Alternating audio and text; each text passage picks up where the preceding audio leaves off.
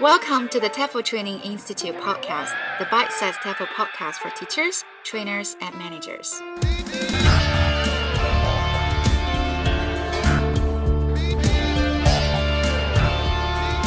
Hi everyone.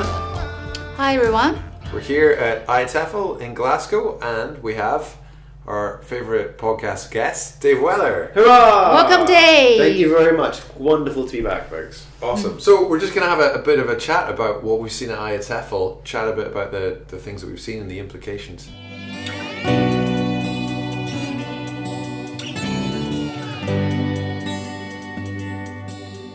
How about we just start off with the last thing that we saw about the presentation with Jim Scrivener and people from New Oriental talking about how people learn differently in China. Well, there's a controversial topic right there. Yeah.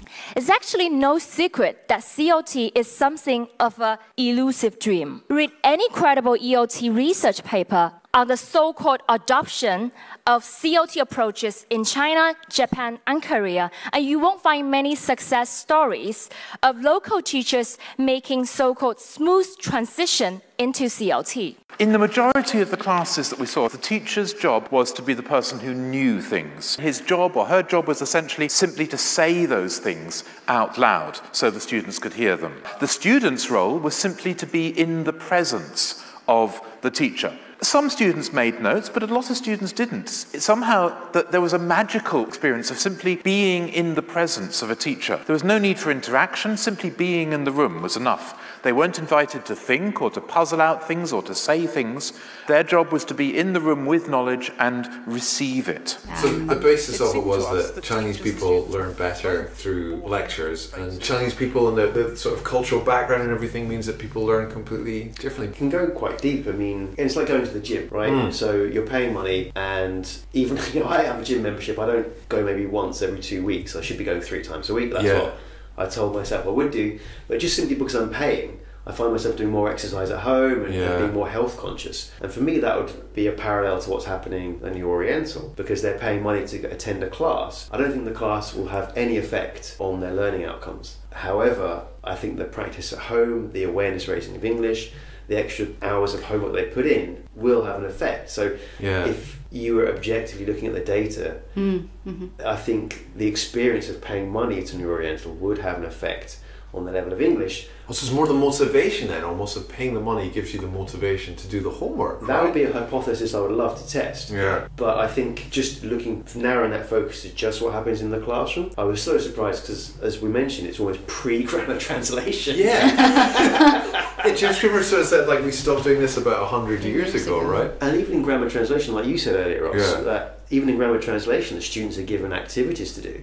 I think what really got me in that discussion, because it's an interesting topic, and also being a Chinese person sitting in the controversial discussion, and I felt like maybe sometimes, and the people working in the industry in China probably have a very narrow angle to look at this industry in terms of teacher development and how the students learn. And they just have their own beliefs and keep doing it for years. And it's so difficult to break it. So I don't know. So why it's so hard for people to try something, to experiment something in a company, in an organization, to see the results? Do you think they worried about for the money, for the business side, or? Well, let me ask you a question, Trace, actually, because you're the perfect person to talk about this. Well, being Chinese, and also you have a personal and professional view of this. From both those views, would you agree with what they said? I have to say, like, we talk about so many different ways to learn, lecture-based or student-centered communicative approach. I'm sure every single model or approach, or we say methods, they have their role and place in the learning process or teaching process.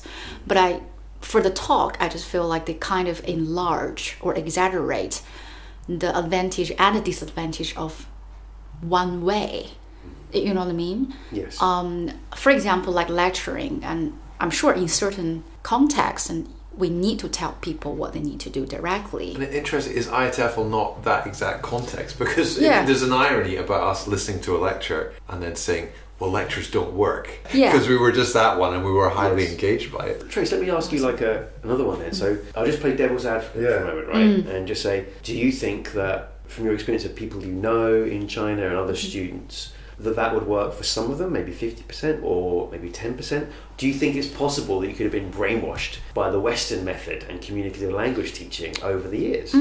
From my experience being a teacher in China back to 10, 11 years ago, and how I was trained and how I taught my students in public schools, and then moved to private language training school and became a teacher and trainer, I can see the development and the changes over the last 11 years. I would say more and more teachers, especially younger teachers, are looking for more opportunities in terms of professional development. I don't think they want to become a better lecturer. I think they want to become a better educator. Can I say then to add on to that, so that's the teachers, do you think there's a change in the students? Because that whole thing was based on the understanding that the students want lectures. Are students changing their views of what they want?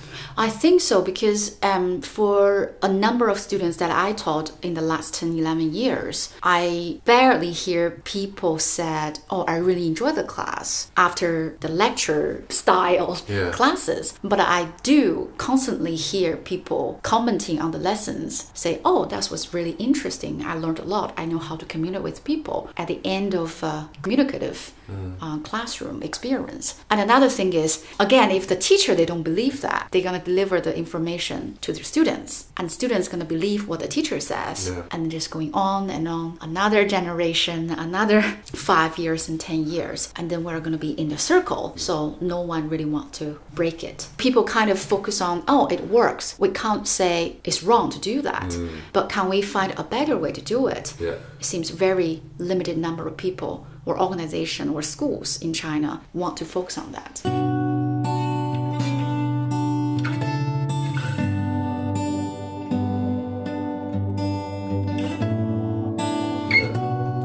Speaking of that, Dave and I, we saw Savannah Richardson talk. It was a bit of a critique of demand high. But I don't know about you, I thought it was really cool that she was sort of said, well, okay, you guys have this idea about we should be asking more of our students, but do you have any research to show that this is stuff that you're talking about actually work? But also I thought it was amazing that why no one said that before? I agree. I think there's a definite trend. Anything that sounds like a teaching maxim, like a demand high is a set of principles, right, about asking more from your students, setting expectations. And that's great, but at some point, I mean, these are things that we should all be doing anyway with learner-centered teaching. So it's a nice way to reinforce those ideas, maybe to keep them in the back of your mind, or a different approach. But again, I think Savannah was really interesting and right on the nose when she said, has anyone ever tested these? What's the data behind it? And in the era of big data, we do have research we can draw upon, or we can do ourselves, action research, to find out if that's true or not. And I think it's great that someone is actually looking at that area of teaching, like the hard evidence, the evidence-based teaching. Yeah.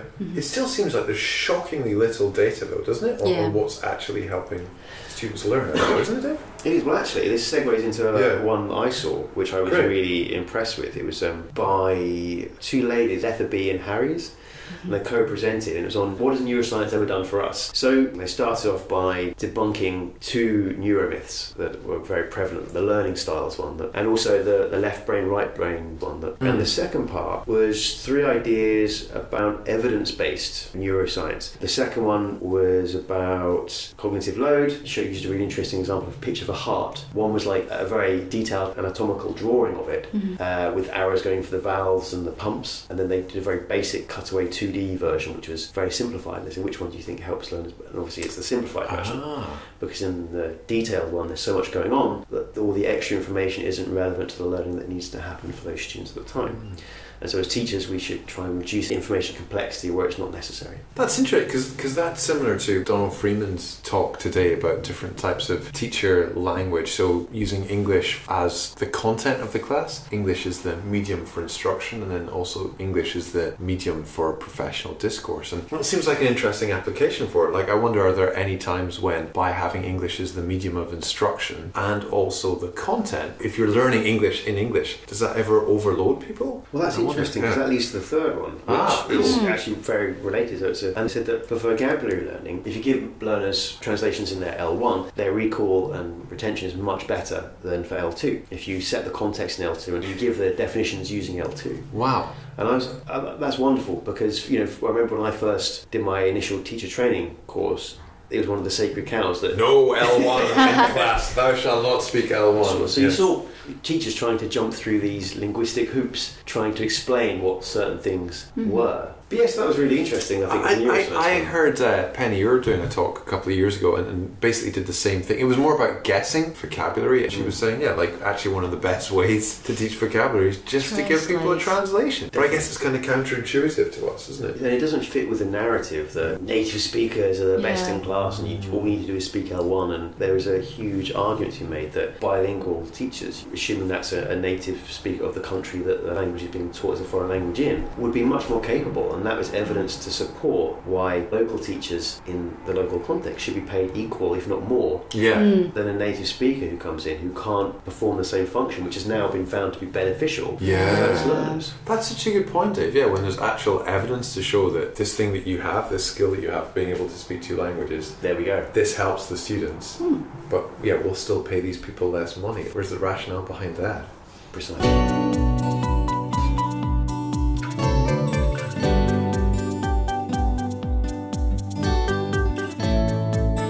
What really interests me for the whole conference and just so many sessions talking about the relationships, the connections between the teacher and the students.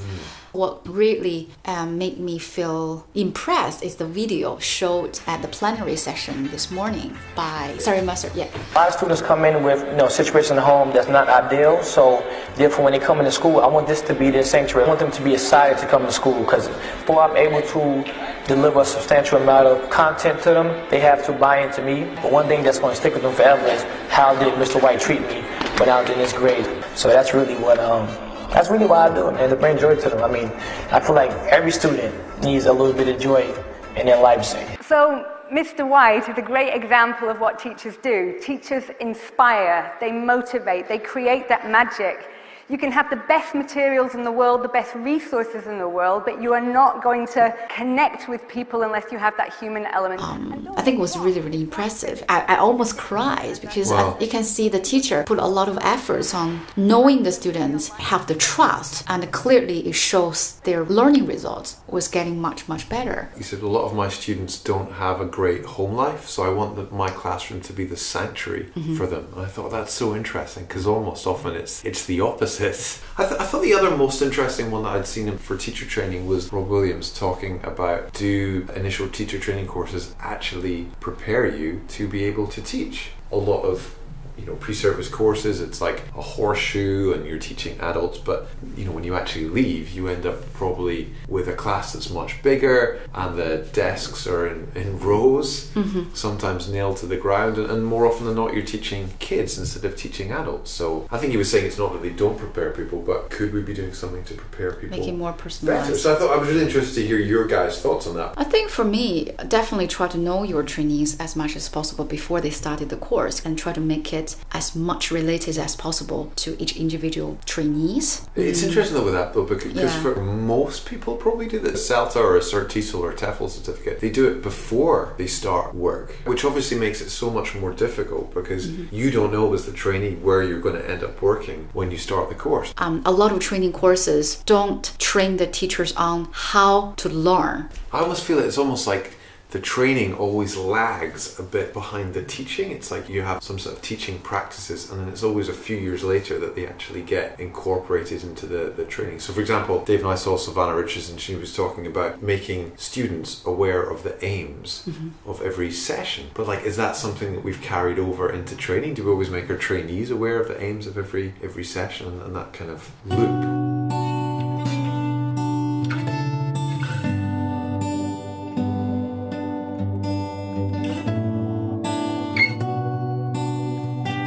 Okay, thanks everyone for listening. Dave, thanks for being on the podcast. It was wonderful to have you here. It's a pleasure as always. Great. We'll see you at IATEFL next year. Bye, everyone.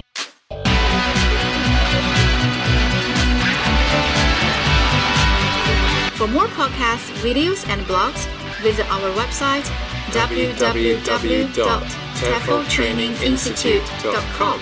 If you've got a question or a topic you'd like us to discuss, leave us a comment. And if you want to keep up to date with our latest content, add us on WeChat at TEFL Training Institute. And if you enjoyed our podcast, please rate us on iTunes.